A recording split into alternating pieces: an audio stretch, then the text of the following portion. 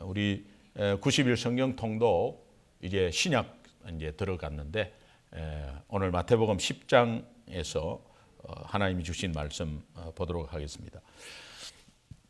내일 우리 도시 기도 모임 아침에 있고 그 마치면 잠깐 또 우리 파네라에서 뭐 이렇게 잠깐 모이고 내일 이제 우리 교회 완전한 개학이 있습니다. 개학이 있고 개학한 다음에는 이제 창고 홈디포에서 창고를 우선 교회로 이제 갈보리 교회로 이제 설치해 놓고 우리 짐을 이제 옮기기 시작해야 합니다. 여러분 그때 이제 다음 주부터는 아마 사랑나눔 축제 마치고 난 뒤부터는 좀 팀을 짜가지고 또 제가 여러분들 이름을 같이 뭐 이렇게 팀별로 좀 짤 테니까 뭐 바쁜 분은 할 수 없지만 또 함께 동참하셔서 이렇게 그 팀에 따라서 좀 움직여 주시면 감사하겠습니다. 그리고 이제 내일 사랑방별 사랑나눔 축제가 저녁에 있습니다. 여러분이 되도록 잘 모여주시고 또 사랑방에서 태신자 정한 사람들 낮에 또 한 번 더 둘러보시고 전화하시고 초청하시고 하셔서 꼭 저녁에 함께 모여서 혹시 뭐 이렇게 오지 않는다고 하더라도 그분들을 위해서 다시 한번 기도하고 한 영혼이 얼마나 소중하고 또 우리 사랑방을 통해서 하나님이 어떻게 하나님의 사랑이 나누어지는가를 한번 함께 또 축제 잔치 이렇게 가지시면 좋겠습니다. 그리고 주일날 또 오시는 분들을 위해서 기도하시면서 함께 보내면 좋겠습니다. 저도 주중에 세 분을 만났는데 온다고 약속은 했는데 하나님이 또 그 마음을 주장하여 주시겠죠. 그리고 또 토요일날 한 번 더 연락을 드리려고 마음 먹고 있습니다. 여러분 함께 여러분이 혹시 나는 없다 이렇게 하지 말고 사랑방에서 누가 우리 대상이 누구냐 해서 옆에서 좀 같이 돕고 그렇게 도와주시면 좋겠습니다. 우리가 하나님의 자녀라는 것은 하나님의 자녀된 권세가 있다는 것을 말하고 또 성령이 하나님의 자녀는 성령이 함께 하십니다. 성령이 함께 하셔서 그 성령이 함께 하는 것이 때문에 또 우리가 권능을 받습니다. 그래서 권세와 권능이 우리 속에 우리 삶에 함께 있는 것이 하나님의 자녀입니다. 그래서 이 하나님의 자녀된 삶은 굉장히 파워가 있습니다. 또 하나님의 자녀의 삶은 활기차입니다. 그런데 오늘 우리 삶이 혹시라도 힘이 없고 무기력하고 좀 이렇게 자꾸 처지는 삶이 있다면 그건 뭔가 방해를 받고 있는 거예요. 여러분 모습이 그런 것이 아니에요. 뭔가 방해를 받고 있는 거죠. 그래서 뭔가 잘못됐다는 걸 계속 의심하면서 뭔가 자꾸 질문하면서 하나님을 바라봐야 돼요. 오늘도 이 말씀을 한번 보면 본문 말씀에 예수님이 12제자를 부르시고 그 부르신 목적을 말씀하는데 마태복음 10장 1절 함께 한번 읽겠습니다. 시작.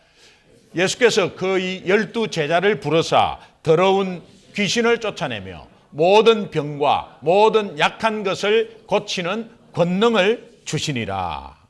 네. 하나님이 오늘 우리를 하나님의 자녀로 부르시고 또 제자의 개념은 그때 12제자였지만 오늘 제자는 예수 믿는 자들을 말합니다. 그 제자, 하나님이 우리를 제자 삼은 것에서는 하나님이 이 권능을 우리에게 주셨다는 거예요. 더러운 귀신을 쫓아내고 모든 것을 치유하시고 회복시키시고 약한 것을 회복시킬 권능을 우리에게 주셨다는 것입니다.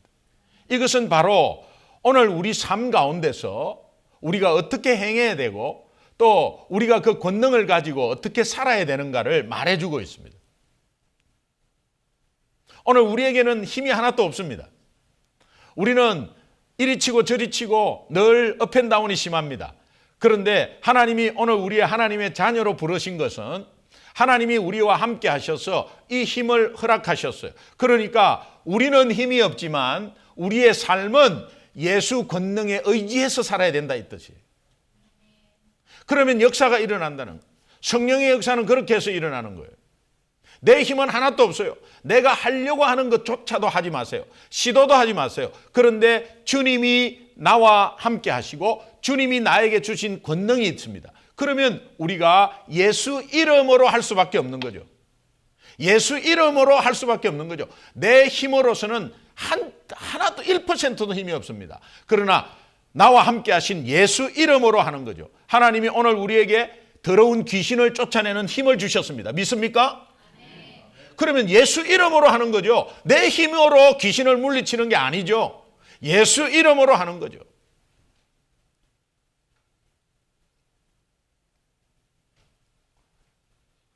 경기도 과천시 벼량동 주공아파트 404동 605호에 귀신 나오는 집 아는 사람은 알 거예요. 거기 들어가면 한 사람씩 죽어 나온다는 거. 그럼 여러분은 들어가겠어요? 그 이야기 듣고? 마지막에 죽은 것이 여자가 베란다에서 뛰어내려가지고 목이 180도 꺾여서 죽었대. 그래서 그 집은 전세도 안 나가고 팔리지도 않는 거예요. 그 당시 전세가 1억 1천, 6층이면은 15층짜리에 6층이면 로얄층이죠. 전세는 엄청나게 1억 1천 정도 됐어요. 그런데 그것이 6천만 원에 나와 있었어요. 6천만 원. 거의 반값이죠. 근데 6천만 원 나와도 안 나가요. 그게 404동 605호인데 5호 라인이 그 605호 때문에 705호, 505호가 또 싸요. 한국 사람이 희한하죠, 그냥. 예. 그 재수 없는 거죠. 그러니까 사람들이 그 소문에 그 근처는 안 가는 거예요. 그때 저희는 6천만 원밖에 없었어요. 전세는 아파트는 과천이 얼마나 비싼지 아파트는 상상을 못했어요. 다세대 주택의 반지하에서 이제 1층 정도나 2층 정도 올라갈까. 뭐 그 정도 다세대 주택 생각했는데 그런데 뭐 복덕방에 리얼터 아저씨가 6천만 원짜리가 있는데 이거 뭐 될라나 하면서 이야기를 하는데 그 집에 들어가면 한 사람씩 죽어 나오는데 뭐 들어가도 되냐고. 그때 제 마음이요. 우리 예수 믿는데. 우리 예수 믿는데 악한 영이 우리를 죽인다고 해도 예수님이 지켜주실 것이고 우리에게 권세가 있는데 그리고 제 아내한테 여보 들어가자 그러니까 그때 제가 34살 때예요. 여보 들어가자 이러니까 그 들어가자고 우리 어떻게 해요? 그 들어가면 이런 말도 없어요. 그냥 그럼 들어가자고. 그래가지고 주인이요. 대전의 1급 공무원인데 국장인데 전화를 받더니 2시간 만에 내려왔어요. 어떻게 내려왔는지 모르겠어요. 2시간 만에 내려왔어요. 140km 밟은 거지. 2시간 만에 내려와서 2시간 만에 전화 받자마자. 그리고 나서 가가지고 이렇게 보여주는데 유리 깨지고 막 싸늘해요. 그래서 이제 이거 싹 다 고쳐주고 싱크대도 다 바꿔줄 거라고 그래요. 그러면서 하는 말, 다른 사람 다 안 들어오는데 어떻게 우리 집에 들어올 생각을 했냐고 물어보는데 우리는 예수 믿어서 괜찮다고 그랬어요. 여러분 이것이 실제 이루어졌어요. 2년 잘 살았어요. 3개월도 안 돼서 죽어 나온다고 그랬어요. 2년 잘 살았어요. 그런데 그때 무슨 상황들이 벌어졌느냐. 엘리베이터만 타면 우리를 멀리하는 거예요. 안녕하세요. 저는 인사성이 좀 빨라갖고 안녕하세요. 605호에 사는 김기동입니다. 안녕하세요. 605호에 사는 605래 605. 알고 들어왔을까? 그리고 입구 들어가면 경비원이고 입구에 있거든요. 각 동마다. 그래서 입구에 딱 들어가면 경비원이 우리 아이들을 불러요. 아이들을 불러가지고 사탕을 주면서 이것들 어떻게 하면 좋냐고 하면서 막 쏟아듬고 그래. 누가 죽어나갈지 모르니까. 그런 가운데 반상회라는 게 있잖아요. 반상회. 반상회가 있는데 그 반상회를 가면 사람들이 전부 다 묻는 게 있어요. 어때요? 605 어때요? 뭐 괜찮아요. 그래서 처음에는 뭐 한두 달은 괜찮겠지. 그리고 3달, 4달, 5, 6달 막 계속 지나서 어때요? 예, 괜찮아요. 그러면 그 중에서 한 사람이 나도 교회를 좀 가고 싶은데 나 좀 데려가 주세요. 이런 말이 막 나오기 시작하고.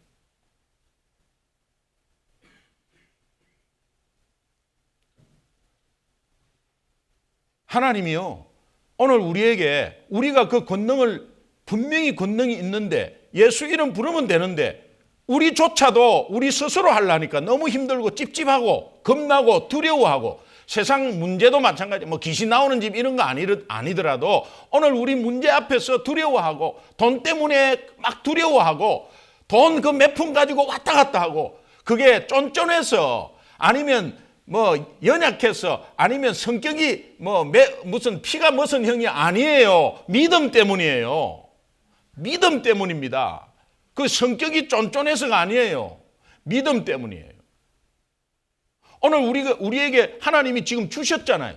예수님이 제자들에게 주신 것처럼 오늘 우리를 선택한 하나님은 하나님의 자녀로 삼으시고 하나님의 권능을 주셨습니다. 그래서 징크스 이런 거 절대 좌우되지 말고 어떤 부적 같은 거 이런 거 아무것도 안 해요. 그냥.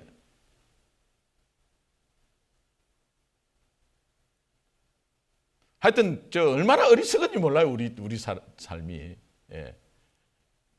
부적 좀 떼달라고 하는 우리 구역 식구. 그래서 스스로 떼라 그랬어요. 떼라 그랬는데 자기는 못 떼겠대요. 왜 못 떼겠냐니까 죽을까 봐. 그러면 구역장은 죽어도 되나? 참나. 그래갖고 더 가보니까요. 냉장고에 음식을 먹고 배탈 났다고 냉장고에 부적이 들어가 있고. 이게 말이 안 되잖아요. 그리고 남편이 샤워하다가 지가 발 잘못 디뎌갖고 넘어졌는데 거기에 코팅을 해가지고 샤워 안에 목욕탕 안에 부적 붙여놓고 뭐 일만 나면 부적 붙여놓고 이게 예수 믿는데 그런다니까요. 예수 믿는데 한국이. 오늘도 우리가 마찬가지입니다. 뭔가 찝찝하고 뭐 꿈자리가 뒤숭숭 다 아니에요. 예수 권능 안에 있는 사람은 아무것도 아니에요. 하나님이 오늘 우리에게 이렇게 권능을 주셨습니다. 예수님께서 이런 권능을 왜 주셨을까요? 힘있게 살아라. 아니면 뭔가 제자들이 초자연적인 능력을 가지고 기적을 일으켜서 요즘 나오는 어벤져스 같은 그런 뭐 초능력자로 세우시려고 그렇게 능력을 주셨겠어요? 마태복음 10장 6절 7절 8절 이렇게 쭉 읽어보면은 이스라엘을 집어 잃어버린 양에게로 가라. 가면서 전파하여 말하되 천국이 가까웠다 하라. 이 권능을 주신 목적이 제자들의 파송을 위해서 주신다. 제자들이 세상에 나아가서 나를 증거할 때 그때에 그 권능이 일어나도록 그렇게 해서 주신 거예요. 그래서 전도하는 사람에게는 이 권능이 나타나요. 근데 뭐 예수 믿으십니까? 온데 다니면서 이런 전도를 생각하시는데 여러분 전도는 being, doing, telling 아니네.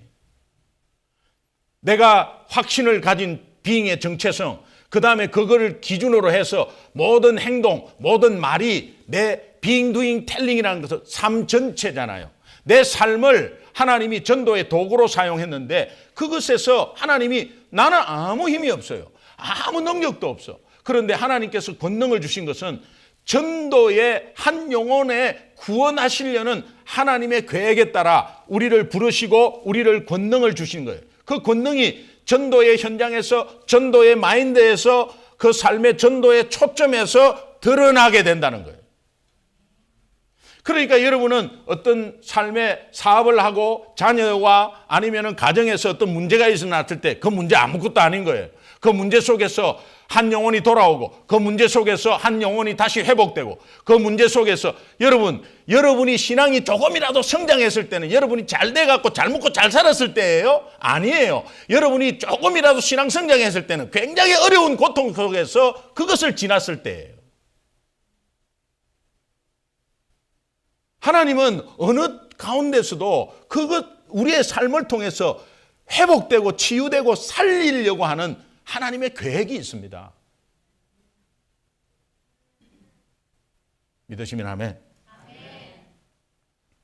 그러면요, 오늘 제자들을 부르시고 막 귀신 쫓아내는 거, 권능, 약한 것을 이기는 거 막 이렇게 권능 주신 것에 대해서 이것은 이제 막 전도할 때 권능을 베풀고 이렇게 하려고 우리를 불렀구나라는 내용이 아니라, 이 말씀의 전체 핵심은 내가 너희를 불렀을 때 이제 너희가 이제 세상 속에 나아가서 너희들의 삶을 어떻게 살아야 된다는 걸 가르쳐주는 제자의 삶에 대해서 이야기하는 겁니다, 지금. 그러니까 네가 현장에 나아가서, 생활에 나아가서 전도를 해라, 이런 의미가 아니라 제자의 삶이 어때야 되느냐, 예수 믿는 자의 삶이 어때야 되느냐.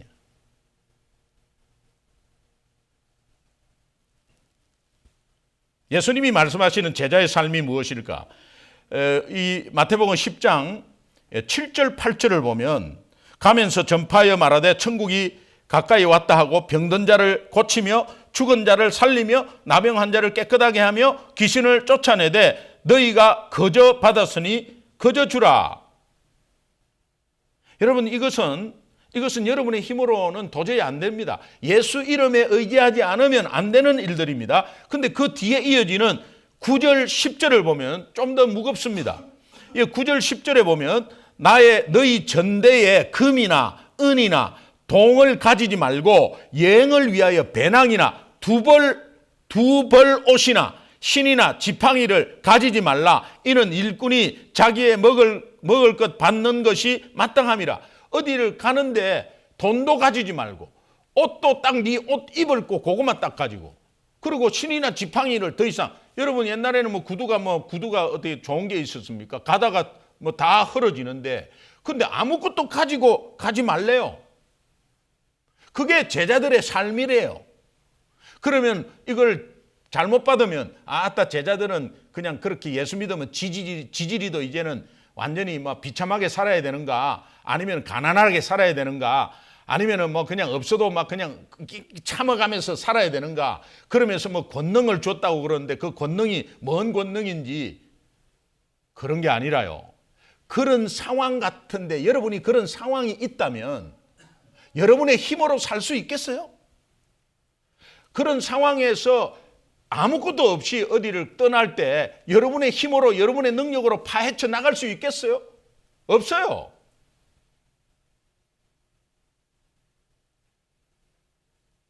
시편 121편 제가 말씀드렸죠. 순례자의 길은 예루살렘 성전을 향한 저 산을 향해서 순례자가 떠날 때에 그 여정에서 가장 귀하게 여기는 것은 순례자의 안전이에요. 안전인데 가다가 어떻게 될지 어떻게 알아요? 지금같이 도로가 잘 돼 있는 것도 아니고 시큐리티가 완전한 것도 아닌데 어떻게 될지 어떻게 압니까? 몰라요. 그런 모르는 가운데서 안전에 대해서 생각할 때에 예수 그리스도, 온전히 하나님이 나를 그 여정을 지켜주신다는 믿음 없이 어떻게 출발해요? 온전한 믿음이 있기 때문에 출발하는 거죠. 마찬가지입니다. 오늘 예수 믿는 자녀들이 오늘 아무것도 가지지 말래.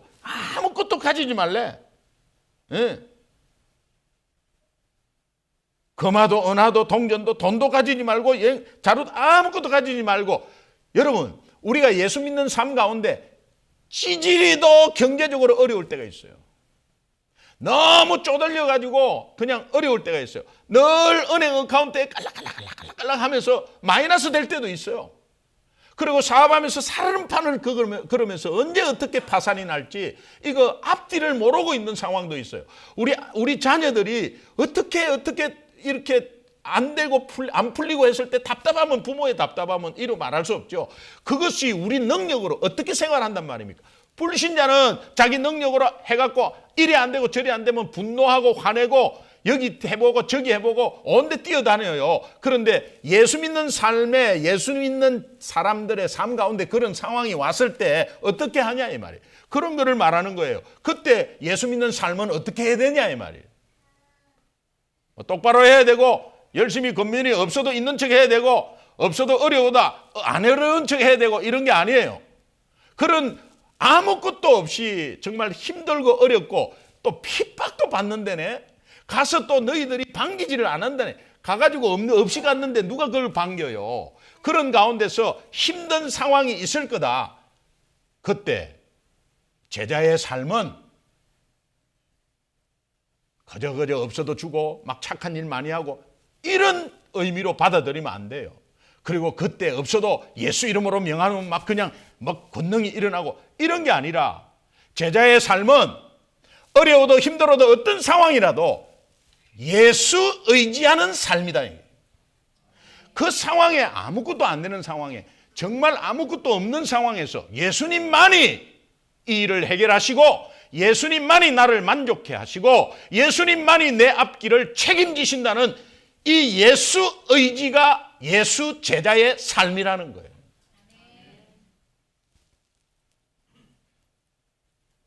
제가 만약에 여러분과 같이 선교 여행을 준비하면서 여러분 돈도 가져가지 마세요.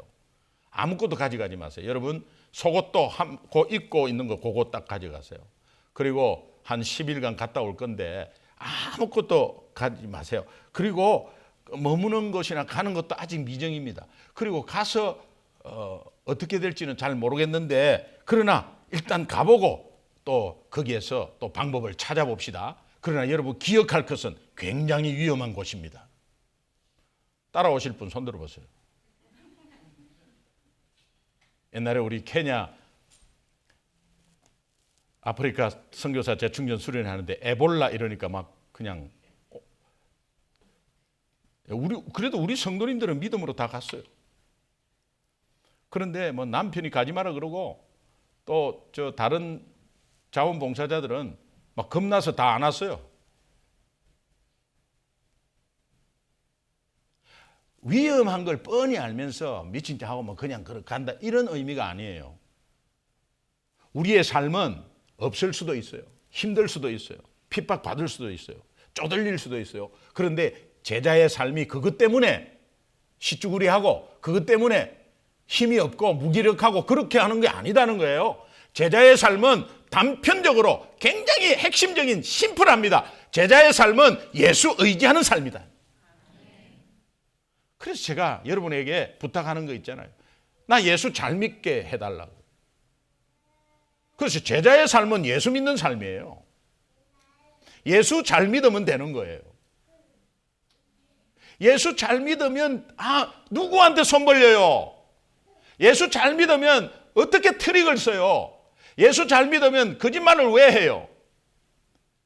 예수님 의지하고 가는데 그러면 그 예수님이 어떤 분입니까? 하나님 아니십니까? 우리를 구원하신 분 아니십니까? 그분은 능력이 한도 끝도 없으신 창조주 아니겠어요?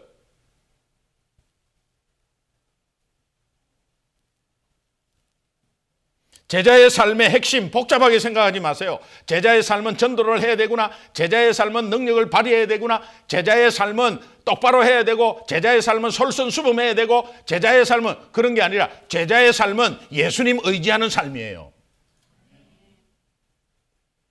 하루 돌아보면 한 주간 돌아보면 예수님 얼마나 의지하셨습니까?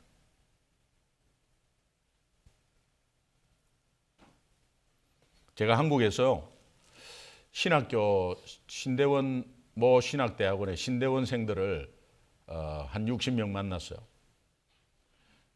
그래가지고 그 MDB 하는 신대원생들하고 이제 질문을 하는 거죠. 질문을 하고 이렇게 이제 대답하고 하는데 제가 물어봤어요. 가장 고민이 뭐냐 이랬더니 그 신대원 학생들이 뭐 나이도 많이 드신 분도 계시고 하여튼 뭐 그런데 하여튼 뭐 정말 들어가기 어려운 데예요, 그 신대원이. 그런데 뭐 성경 시험 이런 거 치도 영어에서 다 떨어져 가지고 막 2차, 3차 막 사수, 오수 해 갖고 들어오는 신대원이에요. 신대원이 한국 신대원이 그 어려운 신대원이에요. 그런데 이렇게 물어보니까 공통 분모가 뭐냐 하면 두려움이 있는 거예요. 이 신대원 사람들이 두려움이 있는데 그 두려움이 뭐냐 하니까 내가 졸업하면 사역할 교회가 혹시 없지 않겠나라는 게 두려움이에요. 지금도 사역하고 있는 교회 선도를 하니까 3분의 2 선도고 3분의 1은 사역지가 없는 거죠. 그러니까 내가 지금 여기에 파트타임이 있지만 그래도 나중에 풀타임으로 또 풀타임으로 가는 그런 사역을 할 수 있는 교회가 있을까? 교회가 없으면 어떡하지? 이 두려움이 있더라고. 다는 그런 건 아닌데 대부분 그런 공통 두려움이 있더라고. 제가 그거를 들으면서 사역할 교회가 없는 것이 참 아쉽다. 뭐 이런 식으로 이야기도 하시고 그러는데 제가 사역할 교회가 사역할 곳이 왜 없습니까? 여러분 사역할 곳이 왜 없습니까? 아직도 주님을 알지 못하는 영혼들은 엄청나게 많은데 사역할 곳이 왜 없습니까? 아직도 예수님 하나님이 필요한 소외된 곳이 얼마나 많고 여러분들의 손길을 기다리는 작은 교회들이 얼마나 많은데 제가 단도직입적으로 이야기했습니다. 여러분이 사례를 보고 교회를 정한다면 교회는 없을 겁니다.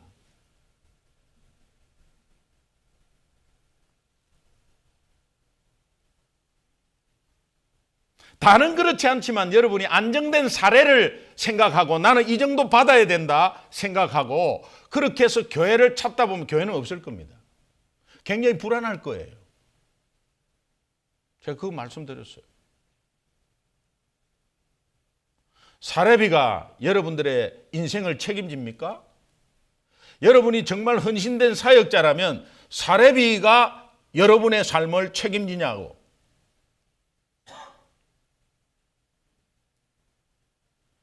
큰 교회가 여러분들의 앞길을 열어줍니까? 그렇게 생각하죠. 그리고 박사학위 따놓으면 뭔가 좋은 데 간다고 생각하죠. 젊은 친구들이 그렇게 해서 문제가 많습니다. 그러나 그것이 막 네가 잘났다 내가 잘났다 이런 것보다는 하나 핵심적인 거 뭐냐. 나 예수 의지하고 가면 하나님이 책임지신다.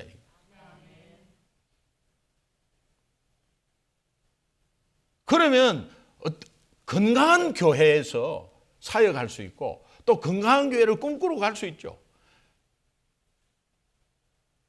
선교지에서 가장 어려운 게 현지인들이 훈련시켜 놓으면 다른 데로 가버리는데 왜 다른 데로 가느냐? 저기는 많이 준다는 거예요.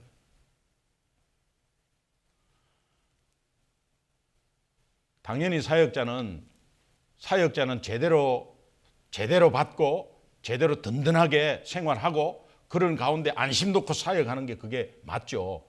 그러나 그 차례가 내가 헌신되어서 주님 앞에 주님 믿고 가면 그것이 오는 것이지 그걸 먼저 찾아가면 없습니다. 모든 것이 그것부터 먼저 이렇게. 그럼 여러분은 어떻습니까? 여러분은 정말 예수 믿고 가나요? 아니면 통장에 돈 보고 가나요? 정말 예수 믿고 가나요? 예수님이 이 문제를 해결해 주신다는 그 믿음이 내 머리로만 머리로는 알겠는데 이게 와 닿지 않습니까? 오늘 하나님께서 우리에게 귀한 말씀을 주신 거예요. 물질이 내 삶을 지켜주는 게 아니다. 오늘 본문 말씀을 통해서 비록 우리가 이 세상 가운데서 안전을 보장할 수 없고 보장받을 수 없고 때론 머물 곳조차 없는 삶이 될 수 있지만 이 치열하고 힘든 이민생활 또 학교생활 또 유학생활 이런 가운데서도 예수님만이 나를 도우시고 예수님만이 내 길을 먼저 가게 해서 열어주실 것이다. 이 삶이 진정한 예수 믿는 제자의 삶이라는 말씀을 오늘 마태복음 10장에서 하고 있는 거죠.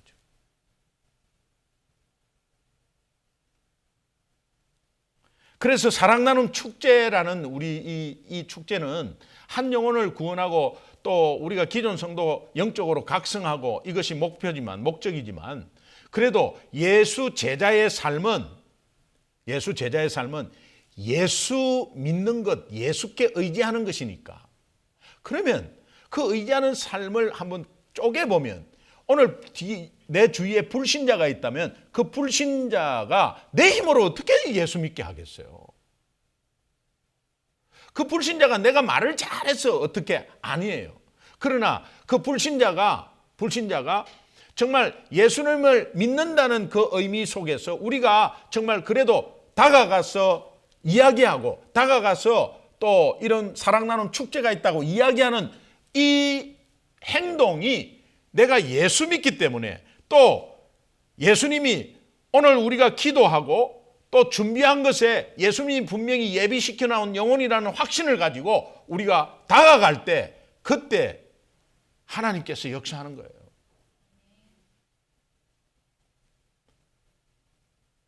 아무리 외쳐도 빙빙빙빙 물과 기름으로 맴돌면 그 내한테 안 와닿으면 아무 소용이 없는 거 아니에요. 예수 믿는 삶은 예수를 증거하는 삶으로 이어질 수밖에 없는 것은 예수 믿는 것이 그것이 계속해서 하나님이 나의 삶을 인도하는 것에 체험이 있기 때문에 말을 하지 않을 수가 없어요. 그러면 교회 차원에서 이거 하자 그러면 맞습니다, 그렇습니다, 그래요 하면서 나아가는 거죠.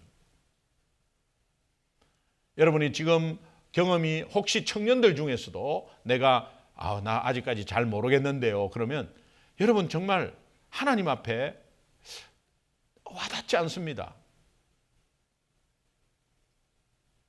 그러나 어렵고 힘든 가정 속에서 내 마음속에 믿음을 허락해 주옵소서. 정말 예수 믿고 가는, 물질보다도 예수 믿고 가는, 어떤 학벌보다 어떤 스펙보다도 예수 믿고 가는 내 삶이 되게 해 주십시오. 그렇게 간절하게 기도 한번 해보십시오.